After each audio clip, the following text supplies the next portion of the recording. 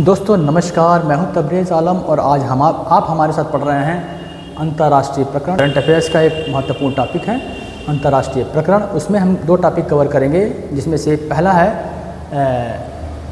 खदानें, 10 सबसे बड़ी खदानें की रिपोर्ट किसने जारी की, और दूसरा है विश्व धरोहर अभिसमय। ठीक है ना, भारत में कितने हैं और इसका बैठक जो हुआ हाल ही में कहाँ हुआ है, तो इसको हम जानेंगे और इसमें बहुत सारे क्वेश्चन हैं बनेंगे। तो उम्मीद करता हूँ ये वीडियो आपको पसंद आएगी। अगर पहले उससे पहले मैं आपसे चाहूँगा कि आप इस वीडियो को लाइक कर दें, शेयर कर दें और चैनल को सब्सक्राइब कर लें। तो आइए दोस्तों शुरू करते हैं बिना किसी देरी किए अंतर्राष्ट्रीय प्रकरण। और अंतर्राष्ट्रीय प्रकरण में विश्व की 10 सबसे बड़ी कोयला खदानें की रिपोर्ट अभी जुलाई 2024 में जारी की गई है। और इसको जारी करता कौन है? worldatlas.com ने जारी किया है विश्व की 10 सबसे बड़ी कोयला खदानें। ठीक, कौन सी हैं इसकी सूची जारी की गई है अभी हाल ही में। आइए देखते हैं सूची में, थोड़ा सा और ऊपर कर लेते हैं। हाँ, उत्पादन की मात्रा में ब्लैक थंडर माइन जो कि यूएसए की खदान है, यह विश्व की सबसे बड़ी खदान है।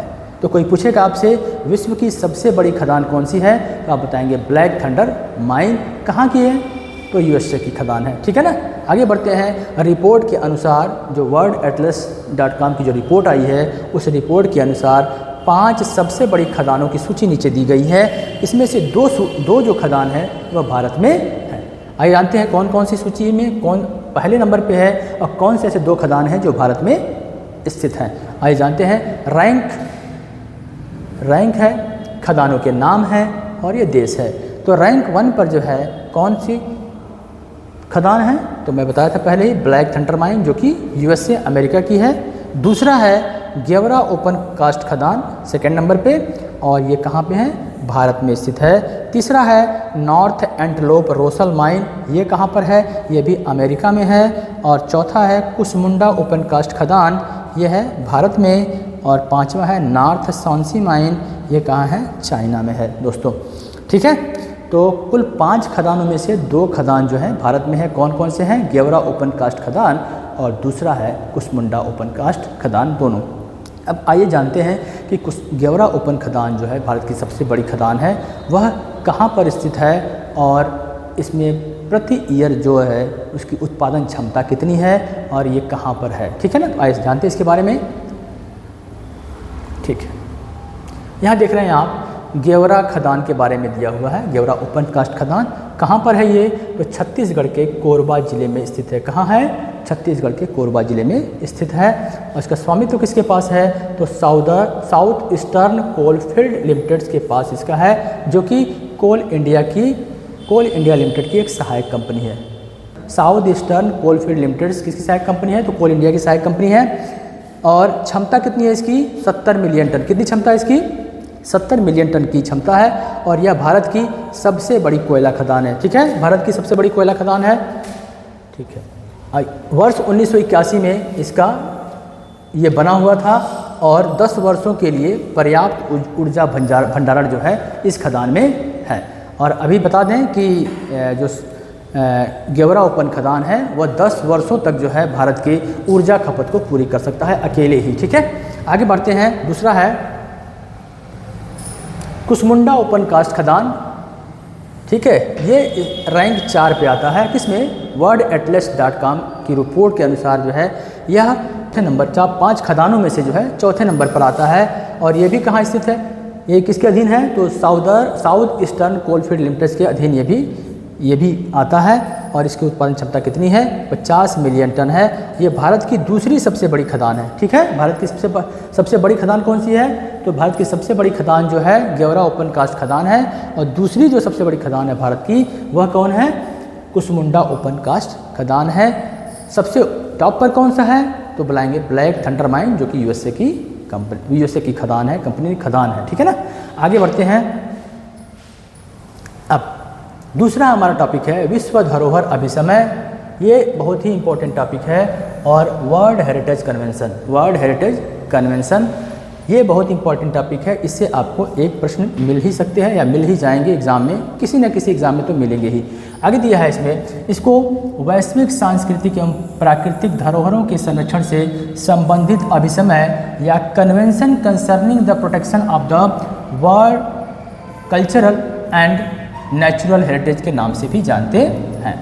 ठीक है ना, किसके नाम से जानते हैं अंग्रेजी में इसे? Convention concerning the protection of the world cultural and natural heritage के नाम से जानते हैं। अच्छा, विश्व धरोहर अभिसमय को यूनेस्को ने कब अंगीकृत किया था? तो 16 नवंबर 1972 को इसको वर्ल्ड हेरिटेज कन्वेंशन को यूनेस्को ने क्या किया था? इसको अंगीकृत किया था। और लागू कब हुआ था? 20 पक्षकार देश इस पर राजी हुए थे और 1975 में क्या हुआ था? यह लागू हो गया था। वर्तमान में कुल पक्षकार देशों की संख्या कितनी है? 196, 196 है। और 46वें सत्र में नाउरू गणराज्य जो है 196वां पक्षकार देश बना है। कौन सा गणराज्य? तो नाउरू गणराज्य जो है 196वां पक्षकार देश बना है। और भारत इसका पक्षकार कब बना था? तो 14 नवंबर 1977 को इसका पक्षकार भारत बना था। आगे बढ़ते हैं। लोगो क्या है? 46वें सत्र का लोगो क्या है?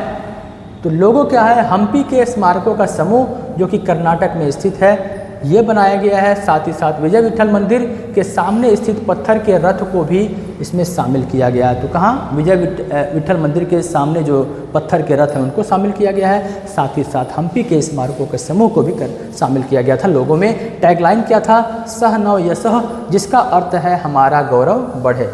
ठीक है। और कहाँ से लिया गया था इसको? तैत्तरीयोपनिषद से लिया गया था। कहाँ से? तैत्तरीयोपनिषद से लिया गया था।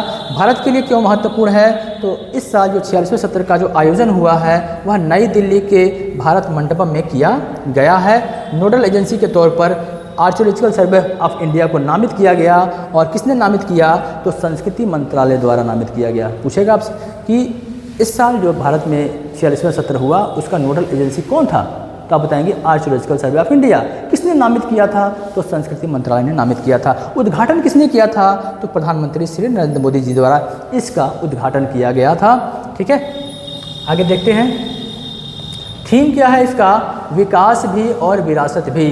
और $1 मिलियन का अनुदान वर्ल्ड हेरिटेज सेंटर को देने की घोषणा पीएम के द्वारा, प्रधानमंत्री जी द्वारा किया गया है। आगे दिया है, यूनेस्को के महानिदेशक आंद्रे अजोले जो है इस बैठक में शामिल हुए थे 46वें सत्र में। और इस वर्ष विश्व के कुल 24 स्थलों की सूची में शामिल किया गया है। मतलब विश्व के 24 स्थल को शामिल किया गया है। और कुल जो है कुल ज्ञात विश्व धरोहर अभी तक कितना हो गया है? 1223 हो गया है। और कुल कितने देशों के विश्व धरोहर को शामिल किया गया है? तो 168 देशों के विश्व धरोहर को इसमें शामिल किया गया है। 46वें सत्र में कुल स्थल कितने हैं? तो 24 हैं, जिसमें से सांस्कृतिक है 19, प्राकृतिक है 4 और मिश्रित है 1। भारत में विश्व धरोहर अभिसमय कितना है? तो भारत में विश्व धरोहर अभिसमय कुल 43 है।